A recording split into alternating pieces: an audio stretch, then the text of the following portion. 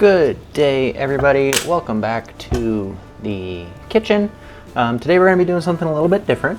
We're going to be cooking out of the Final Fantasy XIV cookbook, Volume 1. But I wanted to take a break from the Bourdain and the Molly Stevens, and I couldn't find ingredients out of the next book I wanted to move into, so this is what we're moving into. I've been a big fan of the Final Fantasy series for a while now. I play 14 way too much, so this is going to be fun. Today we're going to be cooking the Skybuilder's stew out of here, which is a creamy chicken soup. And to go along with that, we'll also be making some bacon rolls. So let's get going. All right, so I'm going to just get everything prepped out of the way. What we're going to need, 2 3/4 cups of all-purpose flour. Sorry, 430 grams. I'm gonna do that. Yeah, we're gonna go grams. This isn't gonna work. Okay. 430 grams of all-purpose flour there. 75 grams of whole wheat flour. 125 milliliters of oat milk. And then 250 milliliters of water. In my large bowl, I'm going to combine my flours together and 1 teaspoon of salt.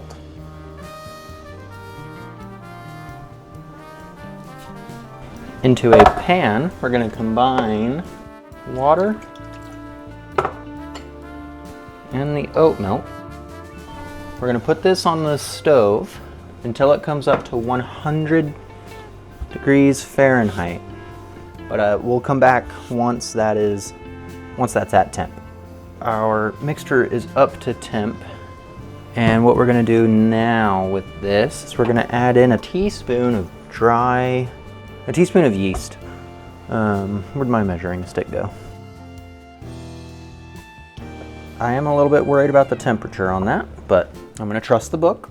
This is my first time cooking out of this book. I don't know what its issues are, because all of them have their unique things. But now we're going to let this sit for 5 minutes to bloom. Doesn't look like much has gone on, but I can see there's little pockets of activity in here, so that's neat. Our next step is to take this and pour it all in here. We're gonna mix this until it all comes together. I know, like, you're supposed to use your hands and all that. I don't really want to, so not until I absolutely need to. What we're gonna do now, we're just gonna knead for 10 minutes.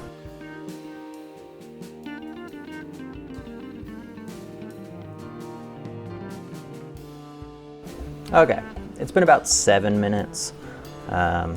I think this is perfectly fine. So I'm going to shape it into a ball. I'm going to set that there because I need to clean my bowl.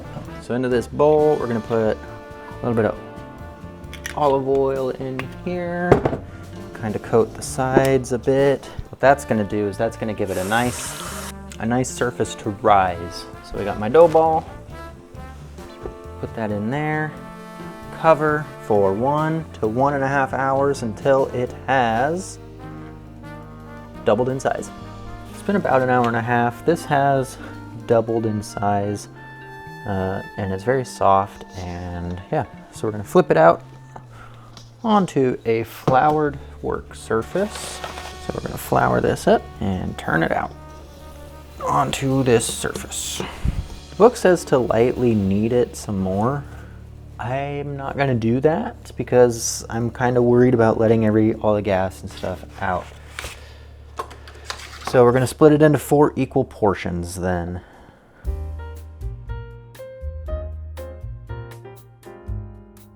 So there's my 4 equal portions.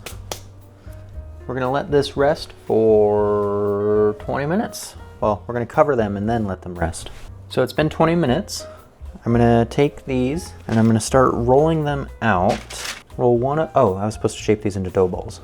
And then I actually skipped a step. We're supposed to get some bacon cooked up. Stop.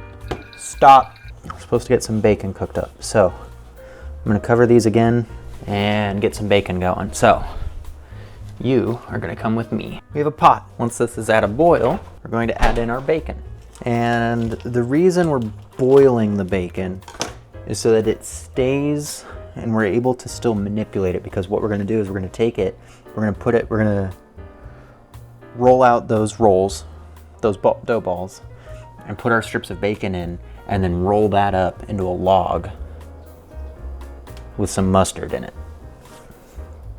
So we need the bacon to not be crispy. I'm gonna put a lid on this. That will help bring it to a boil a bit faster. Okay, as this is starting to come up, I'm gonna start adding in the bacon. We're gonna let this go for 5 minutes. 5 minutes later, I'm gonna go ahead and take out our bacon here onto a paper towel. This is the saddest looking bacon. I don't even eat a lot of bacon. I know that's like blasphemous as a millennial. So we're back over here now with our dough balls and our bacon. So we're gonna take these, we're gonna roll them out so that they're about the size, the length of this, and they can fit 2.5 pieces on there.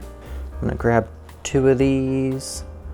I realize they're gonna be a little floury, but that's gonna be my guide here. Get out my rolling pin. So I think I've got the width pretty okay. Maybe just a little bit. Maybe about that wide. Bring them out. Kind of bring it out a little bit. Fold it in. 1, 2.5. This one might be a little big. The recipe then calls for some stone ground mustard. I just completely missed that. So I have this fancy Dijon that I'm just gonna use this. I don't know if I have enough for all 4 of these, but we're gonna spread it pretty liberally here, leaving some space around the edges for the rolling. And then we're gonna take our bacon like that and then roll it up tightly. The book says like that. Pinch off the ends and then set this aside. Let it rest for 40 minutes while we do the rest. Okay, so the oven is preheating, should be ready shortly. What we're gonna do with these is we're gonna cut them so that they kind of look like this, but we're not gonna cut all the way through. And it's gonna gonna try to look like a piece of wheat. You know how wheat's got piece here, piece here, piece here, piece here. That's what we're gonna try to create here. I'm not an artist. The book also says to use kitchen scissors to do this. I don't have kitchen scissors, so I'm trying to figure out the best way to do this. So we don't want to go all the way through.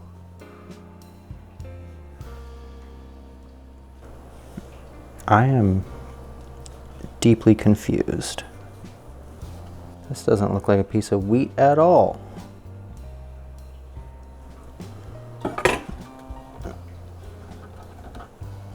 Using kitchen scissors, cut each loaf at a 45-degree angle every 2 inches. After each cut, move the section left or right from the center, alternating the direction of each cut. So I think I'm supposed to go in like this, and then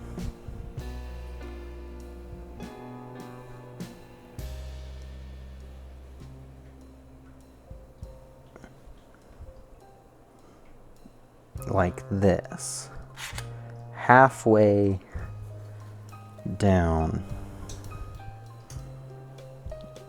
That looks better. Okay. I was trying to parse together what that meant. earlier, but that looks better. And this one I'm just gonna go straight across.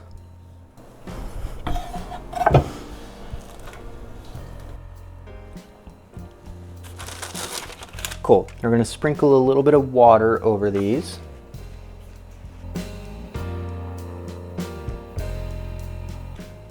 And then in the oven, I've got a tray with water already on it. That'll help steam things.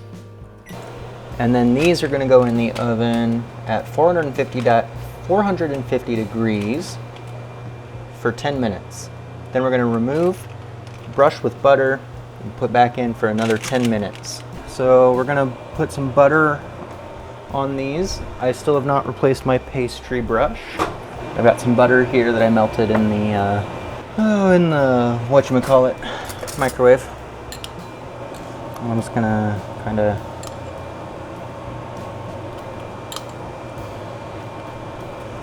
scoop some onto each of these pieces here. I'm gonna open the oven back up, add some more water, then I'm gonna throw this back in for another 10 minutes. After 20 minutes in the oven, these are done. The book does say after that second round, so you put them in for 10 minutes, you take them out, you butter them, you put them back in for another 10 minutes. At that point, the book says to turn the temperature down on the oven until they're golden brown like this. So these are golden brown after 20 minutes. So I just took them out. I'm gonna call these good. And let's get started on the soup. Oh, also, you can see, so that's the first one I cut. I did not know what was going on with that one. This one's probably the best one. This one probably most resembles wheat. I think if I ever make this again, I will do it. Just cut down the center like this, though. All right, so we're moving on to the Skybuilder's stew. So we're gonna take 1 pound of chicken thighs. This is about 2 pounds, so I'm gonna use about half of this. Cut into bite-sized pieces. I'm gonna use some of the bigger pieces.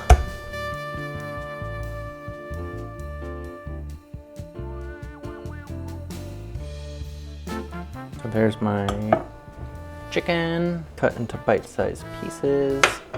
Set that aside. Wash everything down. Next, we're gonna do half an onion cut into bite-sized pieces. I think I'm gonna do the full onion. Just because you can never have too much onion, as one of you said to me before. And you know what, I believe that too. So this is supposed to make 6 servings. That's half an onion. Does that look like 6 servings of onion? 1 russet potato, and cut this into bite-sized pieces as well. I'm gonna peel it. It doesn't say to do it, but I'm gonna do it.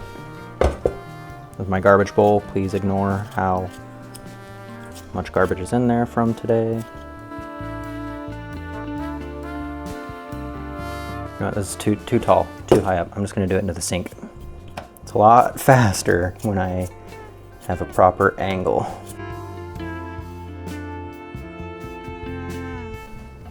There's my popito, as they're called in game. It's not a lalafell.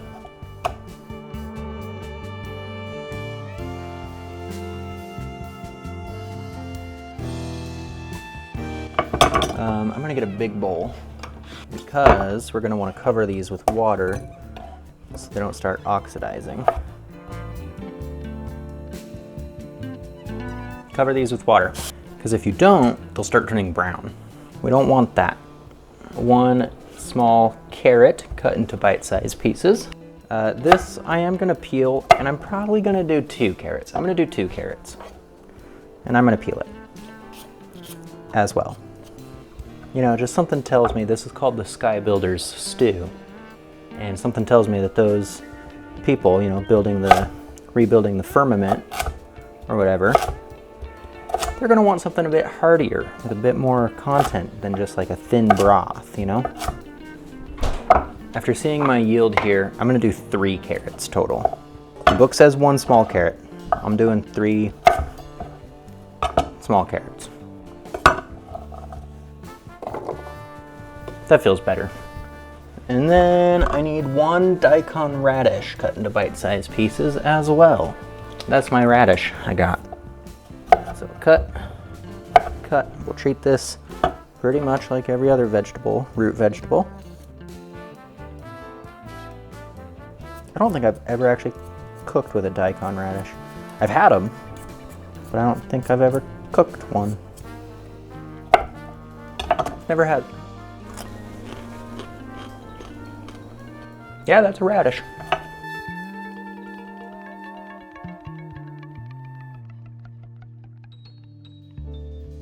It's not as intense as a radish.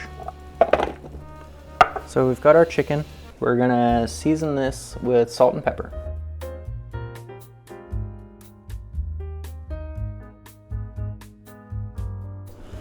Set that back aside.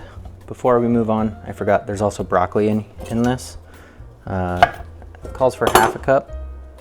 I'm probably gonna do a full cup. I'm gonna do two heads, I should say. I'm gonna try to break up all the florets so I have bite-sized pieces. Okay, now we're gonna go over to the stove. Into this pot, we're going to add in some oil, some minced garlic. The book says 3 cloves. I went with 4. We're gonna also into this, add in the onions and turn the heat on to medium-high. Okay, so as these onions are starting to get translucent, I'm gonna add in the chicken. And we're gonna cook until the chicken is no longer pink, 5 to 7 minutes. Okay, we're getting pretty close to that part where everything is no longer pink. I think what they mean is no longer pink on the outside, because it's still gonna be raw, right? Like, it's not cooked. But at this point, we're gonna add in all of our vegetables, except for the broccoli. And then we're going to cover with chicken stock.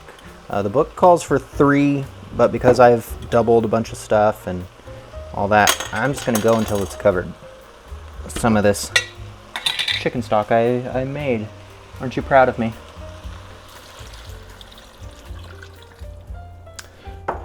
Not to worry, I have another one. It's just still kind of frozen. Yeah, good enough. Oh, sorry, it says to add just enough to barely cover everything, so I think we're good. And then 2 bay leaves. Jamie, anti-chef, you know why.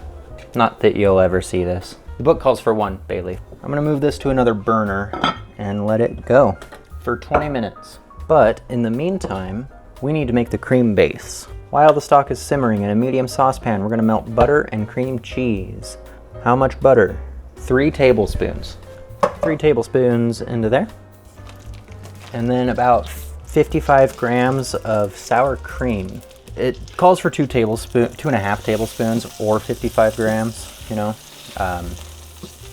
I don't know how to measure this in tablespoons, so I chose the grams. I probably have this up too high. It just says to melt. So I'm going to turn it down because I can see some things happening here. Into this, we're going to do a 1/4 cup of flour. 1/4 cup of flour.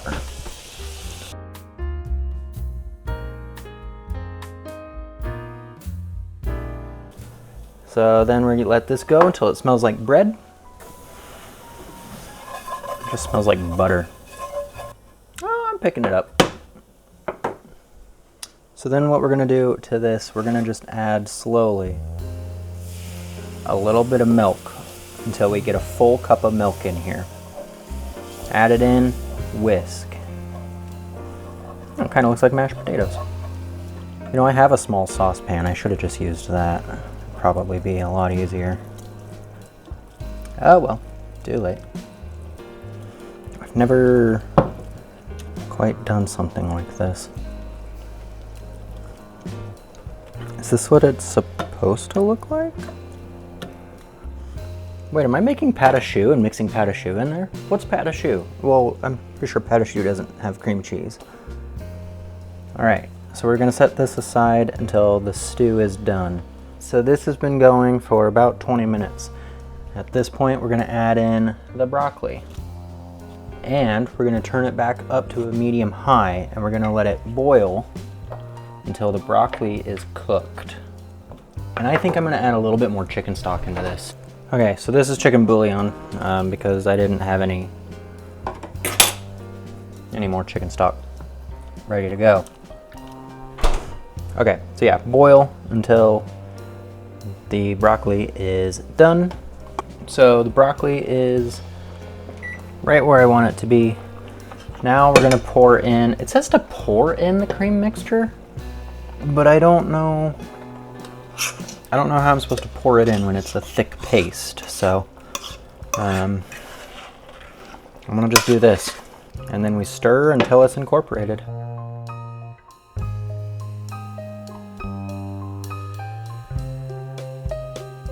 Okay, I'm gonna remove the bay leaves. I'm gonna taste for seasoning. I'm gonna put in a big hefty pinch of salt. Oh, you know what I forgot? God damn it. I bought special flaky salt to sprinkle on top of those bacon rolls. Perfect. I'm gonna shut that off. I'm gonna plate up and I'll see you soon. So let's dig into this. Here's some just veggies. It's really good. It's really good. It's really creamy. That's such an interesting way. I've not seen that done. Granted, I've only cooked out of like 4 cookbooks and, you know, pretty simple recipes so far. So I was reading the book Ratio, and he mentioned that something about using pâte à choux to help thicken stews. I don't fully know what pâte à choux is. I don't know if that's what happened here, but it's a great idea, and I think I'm going to continue to use that to make some cream bases. So that was fantastic. I am disappointed in myself. So these bacon rolls, I was supposed to, when I pulled them out of the oven, I was supposed to sprinkle flaky salt on them, and I totally forgot. And I even bought some special flaky salt, just completely forgot. These are really good too. I had a couple off camera while waiting for the stew. I can definitely see the benefit of using the stone ground mustard. I think the Dijon is a little too powerful. The bacon, I'm torn. I think a crunch would be better in this.